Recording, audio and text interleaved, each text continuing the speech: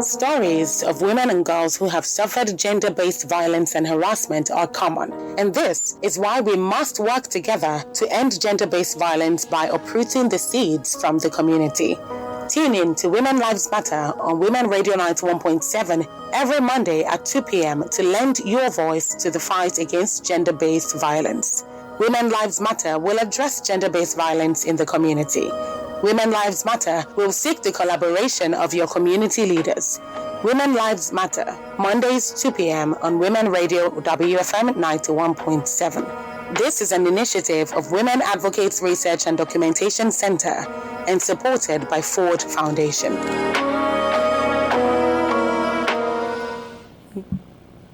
Good afternoon and welcome to Women Lives Matter on Women Radio 91.7. My name is Sumto Titilayo Ajama.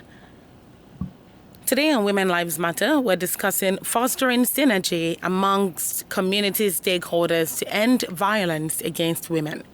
Fostering synergy among community stakeholders to end violence against women. According to statistics, 1 in 3 women worldwide experience physical or sexual violence, mostly by an intimate partner. Violence against women and girls is a human rights violation, and the immediate and long-term physical, sexual, and mental consequences for women and girls can be extremely devastating and can also include death. Violence negatively affects women's general well-being and prevents them from fully participating in society. The community is one of the most powerful tools of the anti-violence movement. For while communities can shame and victim blame or prescribe harmful gender roles, they can also do their part in empowering women and collaborating on prevention and intervention and just generally shaping new norms of gender democracy. My name again is Sumto Titilayo Ajama, and today on Women Lives Matter, we're discussing fostering synergy amongst community stakeholders to end violence against women. Women Lives Matter is an initiative of Women Advocates Research and Documentation Center in partnership with Women Radio 91.7 and funded by Ford Foundation. The number to call is 07000 917 917. You can also send in a text or a WhatsApp message to 0703 175 6537. 0703 175 6537. I'll take that again. 0703 175 6537. Call in to 07000 917 917. That's the number to call. All right, so please let's begin with what the role of community stakeholders are in preventing gender-based violence. Every time we always talk about gender-based violence, and we always talk about the fact that the community is one of the smallest units that can make or break the situation, meaning it can make it better or make it worse. So in this situation, what is the role of community stakeholders, whoever these people are, in preventing gender-based violence? Thank you very much, Mrs. Adebajo. Thank you very much for joining us. We're speaking about fostering synergy amongst community stakeholders to end violence against women and girls. So I was asking, what's the role of community stakeholders in preventing gender-based violence? Well, looking at the community, is a small unit that reaches out to quite a number of people. And we can classically call it the grassroots for families, okay? And the community people are closer even to, the people living there before you talk about government. And I believe that there is a synergy between the community stakeholders. And when you talk of community stakeholders, you're talking about the Baale of that community. You're talking about the pastors in that community. You're talking about the imam in the community. You're talking about the landlord associations in the community. And you're also talking about even the head of families in the community. So there should be a kind of relationship or synergy between them for them to have, information that has to do with people going through gender-based violence. And the way this can, be achieved is to sensitize even these community leaders for them and the stakeholders, for them to know their responsibility, for them to know that they have gross responsibility to stand in between this community and the government to let, government or people that are responsible to take care of issues that have to do with gender-based violence to be aware of any event happening in their community. People can just look away if they are, if they don't know they have that responsibility to speak or to be part of it. A lot of them are aware of families going through violence in their abode, but maybe they do not know that they have responsibility to speak out or stand like a intermediary, between these families and the government or agencies responsible for gender-based violence. Thank you so much. All right, so we're still on this matter, and it's important that we know that there has to be ways in which to communicate to these people. There has to be ways in which they can foster this synergy that we're referring to. There has to be that connection. Now, you mentioned that because they are at the grassroots, basically, it makes it easier for them to do this. So what are some of the strategies that these community stakeholders use to end violence against women since they are closer to them on the grassroots? First and foremost, I would say it is very important that these community leaders or community head familiarizes themselves with people in their community.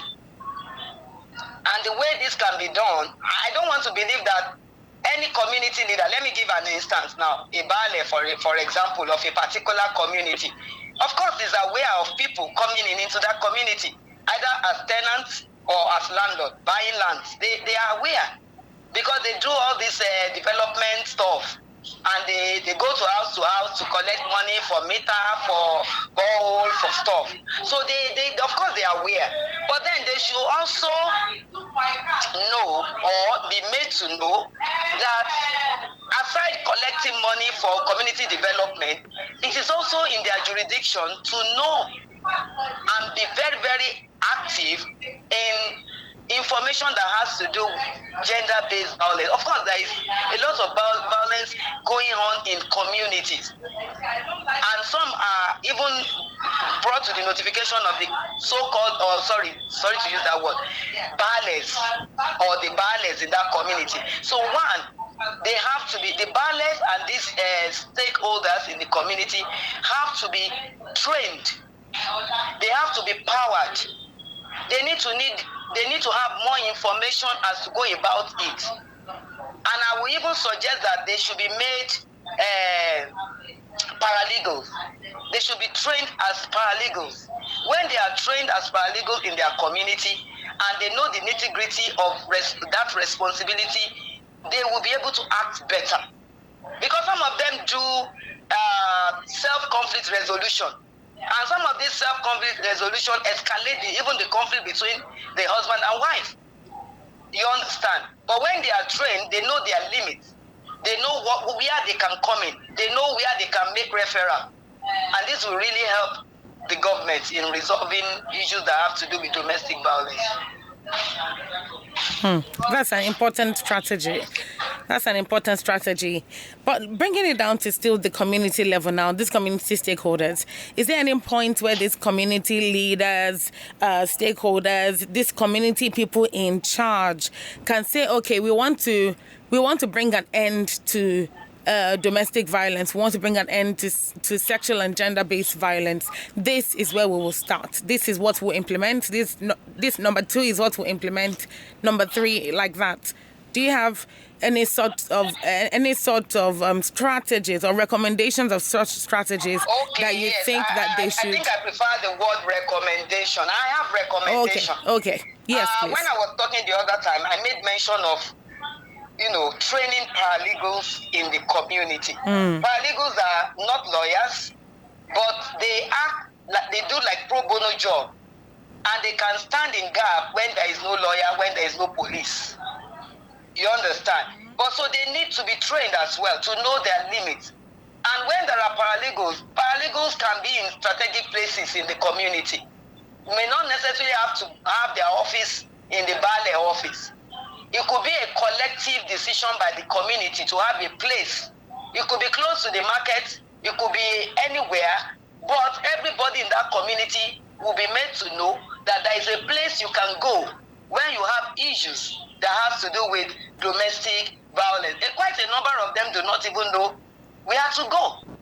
Quite a number of them do not even know that there is a Ministry of Women Affairs, there is a Office of the Public Defender, there is civil service, what's it called now? Ministry of Civil, what they call them now? The civil people, that help to talk about issues or solve solutions, make way for people that have issues. They don't know. But when there is a place unanimously agreed by a community where people who have issues can go to, of which people will have been trained, people that will be put there will have been trained about what is violence, what is domestic violence, what are the hazards, what are the effects, who are the people that could be affected, what is the danger if we keep quiet, and all this stuff. Once they are trained, then they can now be like intermediary, and then they make referral to the appropriate quarters if there is any issue at all. All right. I'm listening to this and I'm like, oh, okay. All right. Well, it's 26 minutes past 2 and this is still Women Lives Matter on Women Radio 91.7. Women Lives Matter is an initiative of Ward C, Women Advocates Research and Documentation Center, in partnership with Women Radio 91.7 and funded by Ford Foundation. Today we're discussing fostering synergy amongst community stakeholders to end violence against women. Fostering synergy among I'll take that again. Fostering synergy among community stakeholders to end violence against women. Once again, I am Sumto Titilayo Ajama, and my guest is here, and she's doing justice to this particular topic. And it's very important. So if you need to send in a text message or to call in, make sure you do that. Kindly make sure you do that. The number to call is 07000 917 917. That's the number to call. 07000 917 917. Also remember, send a text or WhatsApp message to 0703 175 6537. Now, what are your thoughts on this one? I'm going to ask you this one now, because anyhow you look at this matter from top to bottom, it really feels like there's a large part that the family and the community has to play in this. People say sometimes that you are a product of your environment and your upbringing. Do you agree with that? Let me start there. Do you agree with that? That's what? Sorry. That you as a person, an individual, is a product of their upbringing and of their environment. Sure, I do agree with that. Okay. So since that's the case, and we're a product of our environment, we're a product of things that happen around us, particularly the communities that we come from, that immediate environment that we call home. How can we educate more these community leaders so that they can influence better and influence more people on preventing violence against women? And when I say educate, I'm talking about in terms of the law. Educating them as regards what the law says about violating women, about perpetrating violence on women and girls. Yeah, I want to start again by saying, just to agree with what you said, the community plays a vital role in the life of anyone, particularly a child. A child is a reflex of the community in which that child is brought up. I happen to be a vice principal of a school, and when I interact with my students, when they have issues and they come to me, I counsel them and I listen to them. They are just a byproduct of the community and the home setting in which they grew. And this has played a vital role even in escalating the issues of violence, even against these children and also their parents. And I will say one or two things on that. Gone are the days where communities are filled with people of concern. What do I mean by people of concern? It's everybody's concern. Everybody's child is everybody's concern. What I want to expatiate on that. It is not only your child that you look after. You also have eyes on other children. You also have eyes on other families. You are concerned about your neighbor.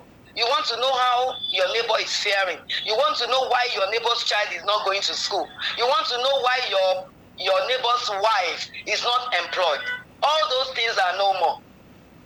Everybody is on their own. To your tent, O Israel, is what everybody is doing. Everybody is focused on their own families. And if we continue to do this, we cannot go anywhere and we cannot eradicate violence to anything. We should sense the community stakeholders should go back to the basis, the way it used to be, where whoever that is a pastor in a community is a good example of a leader. And everybody in that community respect that pastor, and they know they can take matter to that pastor. They know that pastor is not biased. They know that pastor is going to, be fair in his or her judgment, compared to what we are hearing everywhere now. Everybody, even pastors, imam, and all these things, some of them have lost their dignity. All because of what? Economy. Poor economy. Everybody is running after money. So we need to reorientate them. Reorientate whoever that is going to be installed as a bale, or chief, or a baba lodger, or iya lodger, or pastor, or imam, or anyone in a community. Most of them, they know how they pick themselves and put themselves there. But once they are there, it is also the responsibility of the government or organizations like WOTC and some other organizations to train them and let them know their duties. Let them know their response. It is a gross responsibility on their shoulder. Let them know they will be held accountable for what happens in their community. They will be held accountable for anything that happens in their community, so that they will know that they have to get an extra glasses to watch and look. There are communities that are being affected by robbers. It is because the community leaders are not watching people coming into their community. Most of them are only concerned about money that they want to use to buy, transfer, collect to dig borehole and stuff. That's all they know to do. So they need to go back to the basis and let them know they are responsible, and they are stakeholders. They are intermediary. They are government agencies. That's all I have to say on that. Very interesting point, and very valid too. Very, very valid too. Because if you as a community leader does not recognize the part that you play, how influential you are as a person, then it basically means that you cannot influence anybody because you don't even know that you can. And then that's a big problem by itself. As it is like that, that's a big problem. So now we've talked about educating them on the provisions of the law, letting them know what they need to know concerning what the law says about gender-based violence and about violence against women and girls. But how will we, now this is where we're getting to the point of our message, of our subject for discussion today, fostering synergy. Now, it's one thing for me as community leader or as traditional ruler now to say, okay, this is what culture says and this is what I want to stick to. And it's another thing for somebody who is in my same community but is occupying a different position. Maybe this person is the chief and that person is saying, we cannot do it this way, we cannot do it this way, then they are on two sides of the, or they're on two different sides of the divide. At the end of the day, there's no synergy. So first, let me ask you, how would you rate the synergy between community leaders in your community in the fight against gender-based violence? How would you rate that synergy? Is there a synergy, and how good is it? Well, I wouldn't say there is no synergy, because of course I know that they will be networking in some aspects, but the synergy is not enough. The synergy is not enough. You understand? And then there should be networking.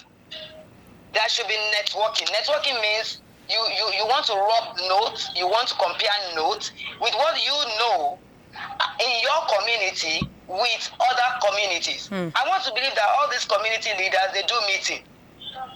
Yes, I'm sure they'll be holding meetings of community leaders. Or they'll be holding meetings of Bale in a particular community. So on that note, I want to suggest that the organization or agencies in charge could use this, premium, or could use this this opportunity to come into them and train them and brief them. They should be constantly updated. Community leaders should be constantly updated. There should be a monitoring. There should be a monitoring, and there should be a feedback. We should let them know, okay, you give us feedback on what happens in your community per quarter. If it's not going to be a monthly affair, it could be a per quarter, of which government agencies will go there and take note of what has happened in that community for the past 3 months or for the past 1 month. And that will put them on their toes, because they know they have to write reports and they have to send reports. Of course. And of course, if they are doing so well, they should be applauded. If they are doing so well, they could be given certificates. They could be upgraded. And this will, serve like an example for other communities who are not doing anything. They will know this community is getting popularization from the government because they are doing this. You can even create community hear-out on radio, where we bring some of them to come and discuss what is happening in their community for other community to learn.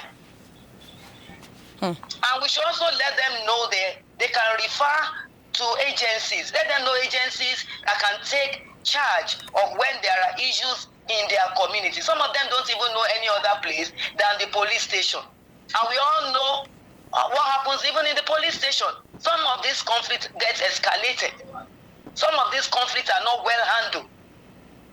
They are not well handled. And that is even a factor to be considered on its own.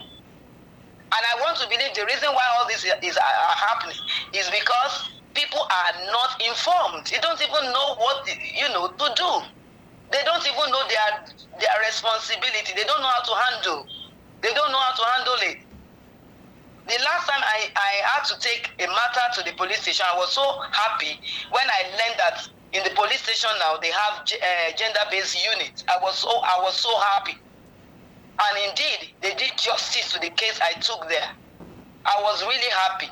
So we need to establish such in communities. We need to establish such in communities. Even the policeman the police post in a community should be educated, should be powered. The ballet should be powered, and there should be guidelines. There should be rules, regulation that is also guiding them so that they don't go out of bounds or go out of their boundary. So I won't say there is no synergy, but it is not enough. It can be worked on. It can be improved. Through network. I like the way you said that. Thank you so much. Thank you so much. All right, we're still talking about fostering synergy amongst community stakeholders to end violence against women. This is Women Lives Matter. And Women Lives Matter is an initiative of Women Advocates Research and Documentation Center, WADC, in partnership with Women Radio 91.7 and funded by Forward Foundation. We're still discussing fostering synergy among community stakeholders to end violence against women. Now, anyhow you look at this situation, you will see that so far in the course of conversation, we're trying to understand how we can put together community leaders, community influencers, community stakeholders in a way that they can come together to share ideas, to rub minds in a bid to end violence against women. That's the end goal, to end violence against women. So if you want to call in, do you want to feel comfortable and of course share your thoughts, go ahead and do that. The number to call is 07000 917 917. 07000 917 917. You can also send in a text or a WhatsApp message to 0703 175 6537. 0703 175 6537. Okay, so I'm coming back to you, and I'm also wondering something. The Iyalode and Iyalojas, they are very prominent people in the community. And a lot of the times, even when people that are in that community don't know what's going on, somehow these people know. They just know. Because they're the ones living close. They're the ones who information goes from A to B to C to D. And before you know it, Iyalode knows about it. Iyaloja knows about it. So how can they stop violence against women in their locality? What are the roles that they can play that can influence the end to gender-based violence in their society, inside that community that they work in? Yeah, I'm glad you said that for any gender-based violence or any violence at all happening to women, Iyalode eventually gets to know about it, and the Iyaloja gets to know about it. It depends on where it happens. If it happens within the market unit, of course they will hear. Because I want to believe that the Iyaloja gives account to the Iyalode. Iyalode oversees women affairs that has to do with community. I want to believe that is her jurisdiction. That is what she does. I believe so, yes. Of course, I will always give kudos to Mama Lawson, Alaba Lawson, Iyalode of Egba. She's doing very well in terms of educating and sensitizing women on domestic, because she's very participatory in activities that has to do with women. So, and she has quite a number of women in her movement, and I want to believe those women, of course, are well informed and powered. Now, we are not going to just be resolute on that. It has to go far. That is, then tell who do not know. I have been opportune to attend one of the women meeting in one of the markets in Ogun State. And so I know that there are days of the market that women do meet, and the Iyaloja of that market preside over the meeting. So such meetings should be an avenue to convey information to these women. Some women, they are too quiet. They believe they don't want everybody to laugh at them. They don't want people to know what is happening in their homes. You understand? So they rather want to keep quiet and continue to, be silent over violence that they are going through in their homes. But once it is a general routine, of which we ask agencies to go to this meeting and go talk about violence, then they will know that that doesn't have to do with them in particular. It's a general thing. It's like a sensitization. It's like training. It's like educating. Continuously. Maybe if they have their meetings twice in a month or twice in 3 months, we can take one of such meetings and go and address, just like when politics is coming. Yes. When politics is coming, these Iyalojas, they have this strong, hold over the women of the market to tell them, this is where we are going, the whole of the women in this particular market, this is who we are following. And they will do it. They will oblige.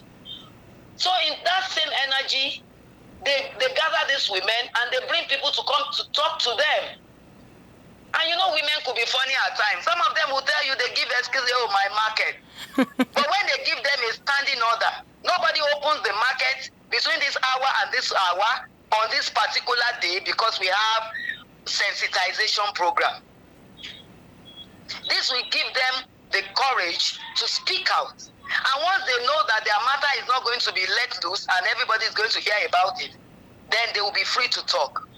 They will be free to talk. And it's not only domestic violence that we want to talk about. We also want to talk about women empowerment. We also want to let them know that you do not need anybody to power you. You must have a strength in something. Go look for where your strength is. Go and look for where your strength is. Whatever your strength is your source of income. You can sing, that is your strength. You can dance, that is your strength. You can plait ear, that is your strength. Not everybody is going to be a stockholder. Not everybody is going to be a shop owner. You understand? So we also need to help them. We also need to help them that, see, you are a woman does not make you an inferior person. It doesn't make you to be a subject of ridicule. It doesn't make you a subject of violence. It doesn't put you underneath any man. Once you are powered, then you have your voice and you have your energy. And once this is done on a continual basis, I want to believe that to some extent we will eradicate violence against women. Thank you so much. We're rounding off, or we'll be rounding off in a bit, but I also want to ask this particular one. So the Iyalode and the Iyaloja now, we've just talked about how they can stop violence. What are your recommendations on how they can stop violence in these communal settings? Now, you've stated what it is that you are recommending in this case, in a bid for them to be able to have the capacity to stop violence against women and girls in their community. So, in cases or in communities where there's an Iyalode and an Iyaloja and they don't have quite close communication, in cases like that, how do we encourage them to work together, particularly because the goal is to end violence against women? Before we go to them working together, whether it is Iyalode or Iyaloja, both of them have power. Absolutely, that's true. Both of them have power. And they should utilize this power positively to help other women. They have a voice with the government. They have voice with stakeholders in Ogun State. They have voice with people who matters. Violence against women, you will keep talking about it forever if women are not powered. There is a way they can advocate for women to get empowerment. There is a way they can advocate with the government or the stakeholder of the country or of the state to get help for women. A lot of women are suffering in silence, and they know. That's true. Very true. They see them in the market. They see them. So what role have they played in that aspect? They need to work on themselves. They need to utilize this power that God has given to them. That position, that seat that they are sitting is a big one. And it is not only for women to sawaba them and say, mama, me. It's beyond that. They are like mothers to all the women in the market. And they should play that role. Thank you so much. They should play that role. Not that they will just be enjoying encomium given to them on daily basis. It's beyond that. They should see themselves as mothers, and they should play the role of mothers to all the women in the market. And once this is done, we had already spoken before now that they should be powered. They should be given offices where people can take matters in the market. People in the market area can take their matters when they have issues that have to do with violence. If they can't speak in their community, of course they can come to their marketplace and speak. And they should be intermediary to help them channel their matters to the appropriate quarters where they can get help. And do follow up. It is not just reporting. Do follow up. Casey women affairs. They should do follow up now. Once they do follow up, they will know that they are serious about it. And on the synergy between them, of course, I believe that they will relate at one point. Of course, they will be relating. The Iyaloja is accountable to Iyalode. All the Iyalojas in Ogun State, for example, they are accountable to Iyalode. So in their own forum, the Iyalode should also give them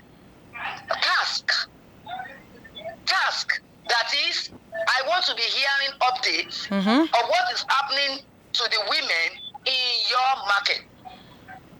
If possible, documented. Because those are what she's also going to go table on with the governor and say, majority of the women in my market do not have roof on their head. Majority of women in my market, they need money, they need loan to expand their business because the majority of them are the breadwinners. Majority of the women in my market, they need to be sensitized on child control because they are just giving birth and giving birth and giving birth. They need health, they need water, they need immunization, all this stuff. But if there are no updates, how then would they be able to account? You understand? So those things should be done. And once that happens, of course, there will be synergy because they will have to relate at one, frequently at one time or the other. They will be forced to relate with one another on issues that has to do with women. All right. Thank you so much. So in a few minutes, we'll be rounding off, and I want to talk about checks and balances. How can we monitor these people, monitor these community leaders, the stakeholders in this community to ensure that they are actually doing what they can, whatever it is that they can, whatever it is they're already doing, to continue doing that, coming up with new ways to end gender-based violence against women? Yes, they can be monitored. We do monitoring. Okay? We can give them time limit and say, at every quarter of the month, or let me say three times in a month, or 3 times, or let me say quarterly. Quarterly is just enough. You have to submit reports of activities of gender-based issues that you have intervened into this particular, bring it to this office. If they are not monitored, then if we do not demand, if we don't hold them accountable, then they will not be active. If we are not asking them for reports of what they have done, then they will not work. But once they know that they are expected to write report, then they will also, give roles to people who will also assist them to do the job. And then from there, we will be able to monitor whether they are doing so well, whether they need to be, put through in some aspects, whether they are, going over their boundaries and they have to be restricted. All these ones we will only know when we demand accountability from them. All right. Yeah, and on a final note, I know I said finally before, but on a final note now, do you agree that shelter homes and first responders for SGBV, for sexual and gender-based violence, should be trained in these rural communities to support these community leaders? Because a lot of times when people receive these calls, they know what to do and they know how to act. But because they don't have much of a presence in that community, the help they're rendering cannot really do much at that time they're rendering it. So that's a limitation. So do you think that, as a matter of fact, majority of this community do not even have facilities for this gender-based work? Majority do not have facility to do the gender-based work. Because when you talk about gender-based violence, it's not a little thing. It's not.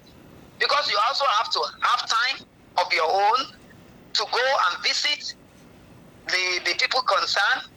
And when there are issues of violence, you have to take them to the hospital. Sometimes you take them to the police station. You have to, and of course, the police, they are itinerary. You keep going, coming back, coming back.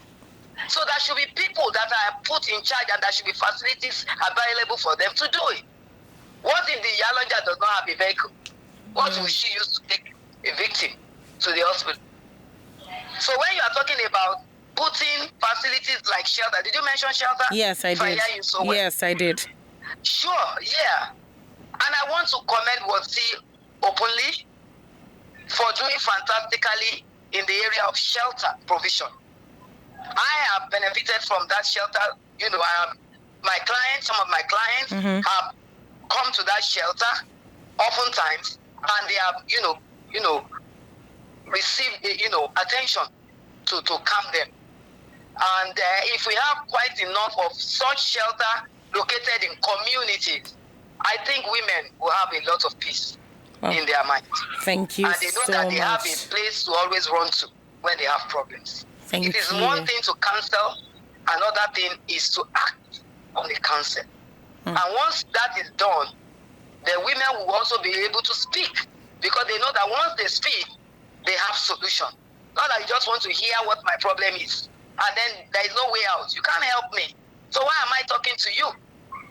But when I talk to you, and then you help me channel my matter to the appropriate quarters where I get a solution, I will not only commend you, but I will also talk to another woman who is going through the same, and I will give her the confidence and come to where I went, and I got, solution to my problem. And before you know it, we will be able to curb or reduce it to some minimum.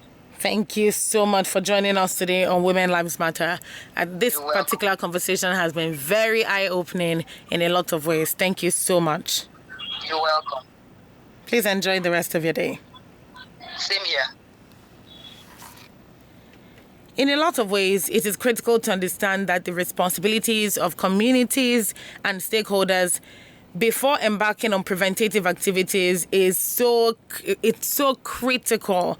It is so critical. These responsibilities by these community stakeholders are makers and shapers of the entire system, particularly in that community as it relates to gender-based violence. Prevention activities may then be adapted to that community in a way that it can take into consideration the experiences, the needs, the interests of the women in that locality. The community, as I said earlier, makes or breaks the situation of gender-based violence in that area, and it grows from that place forward. So it's important that we understand the critical role that community stakeholders play. Thank you very much to my guest, and thank you to you for tuning in to Women Lives Matter today. Thank you very much to the producer, Elizabeth Akwerigbe, and Executive Director, Tomu Okewale Shonaya. Women Lives Matter is broadcast every Monday at 2 p.m. and let's join our hands together to end violence against women. Women Lives Matter is an initiative of Women Advocates Research and Documentation Center in partnership with Women Radio 91.7 and funded by Forward Foundation. Thank you very much for tuning in. My name is Sumto Titilayo Ajamma. Good afternoon. WFM 91.7.